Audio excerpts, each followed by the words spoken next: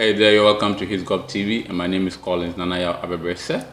Now, before I even begin with what I have to show you in this video, I would like to clap for my fellow Kenyan citizens or brothers for voting for such an intelligent president. And I'm talking about President or His Excellency William Ruto. And this man has been on social media for the past weeks, and all because of some of his utterances, which to me, as a Pan-Africanist, I believe that we still have some crop of leaders like Nkrumah, like Gaddafi, these people who were very, very radical in their speech and calling a spade a spade. Now, William Ruto has lashed on the UN and the UN Security Council, and in fact the issue with the UN Security Council is something that we can all agree.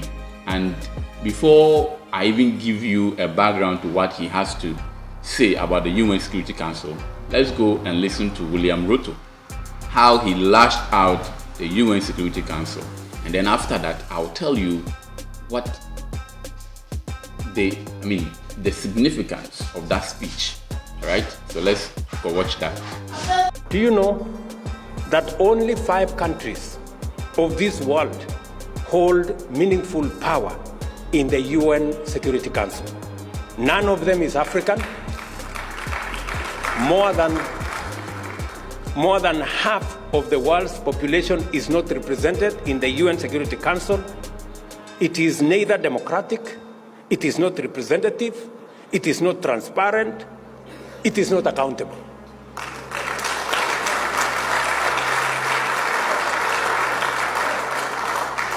As a result, it is unable to effectively respond to the pressing peace and security needs of the parts of the world most affected by conflict and insecurity in our global south. Its attitude to conflicts is geographically determined, and its intervention is likewise biased. Yeah, so you heard the man himself, His Excellency William Ruto. Now, you may not understand why he's saying the thing that he's saying, but let me just give you a brief background about the UN so that you appreciate for his speech. Now, we all know that the UN was formed to prevent the outbreak of a third world war. So basically, the UN was formed to maintain world peace. Now, the Security Council that William was referring to, or His Excellency was referring to, is an organ of the UN. Now, that council is responsible for ensuring that there is world peace and that there is no outbreak of a third world war. Now, that council has 15 members. Now, out of that 15 members that represent the council, so that's the Security Council, only five of these members are permanent members.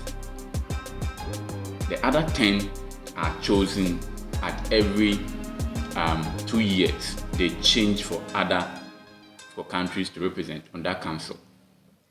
Now, these 5 permanent members on the UN Security Council have certain privileges that they enjoy that all the other UN members do not enjoy, even including the 10 members who are part of the 5, for making it for 15 in the Security Council. Now, these 5 permanent members, they are China, France, Russia, the United Kingdom, and the last one is the US. These are the 5 permanent members. Now, what are some of these, of course, privileges? He referred to the fact that there is no equality in the Security Council, in the UN itself. Now the issue here is that these 5 permanent members have, of course, what we call veto power. Veto power here means that these 5 members, each one of them can decide to veto the decisions of all the other UN members. And this is where the situation becomes dire and unfair.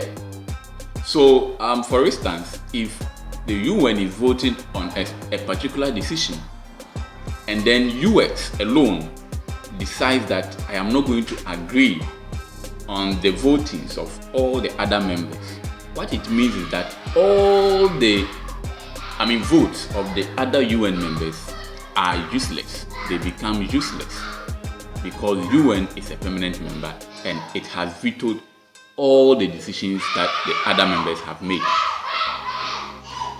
And so, an example, of course, something happened. You remember when Jerusalem, Israel was about to take Jerusalem as the capital town. Now, the other UN members, UN countries, decided that they will vote against that decision. You also know that US was in support of Israel taking Jerusalem as the capital town, and it became a topical issue in the world because Jerusalem is a neutral. I don't want to go there, but UN supported Israel to take Jerusalem as their capital town. African, foreign ministers, 54 countries, as His Excellency will say, 54 countries used taxpayers' money, bought a plane ticket, went to the US, and majority of these member states voted against Israel's move to make Jerusalem the capital town of Israel. And US said no, I support it. Israel should go and take Jerusalem as the capital town. And Trump did it. Of course, he vetoed, the decisions of all the other members. 54 countries used taxpayers' money to go there and vote, and just one country, because of that privilege of being a permanent member, veto, and that is the case dire. You know why Russia is still attacking Ukraine and the UN cannot intervene? Because Russia is a permanent member. Let any other member conduct herself in that way and see what will happen to him. And the sad news is that Africa, we don't have any member represented on these 5 permanent members. But what we do is that occasionally we are added to the 10 members, which we do not have any say. And that is the saddest thing. That is what the saddest thing. Out of the 54 members, none of us are on the UN 5 permanent members. 54 countries. Look at the size of Africa.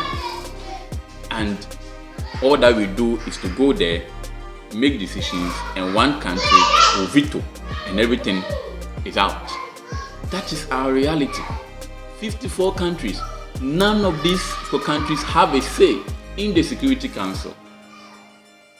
And to me, the UN is one of the useless organizations that African countries may join. I think the only benefit that African countries gain from the UN is monetary aspect. When there is COVID, then they come and give us some free vaccines.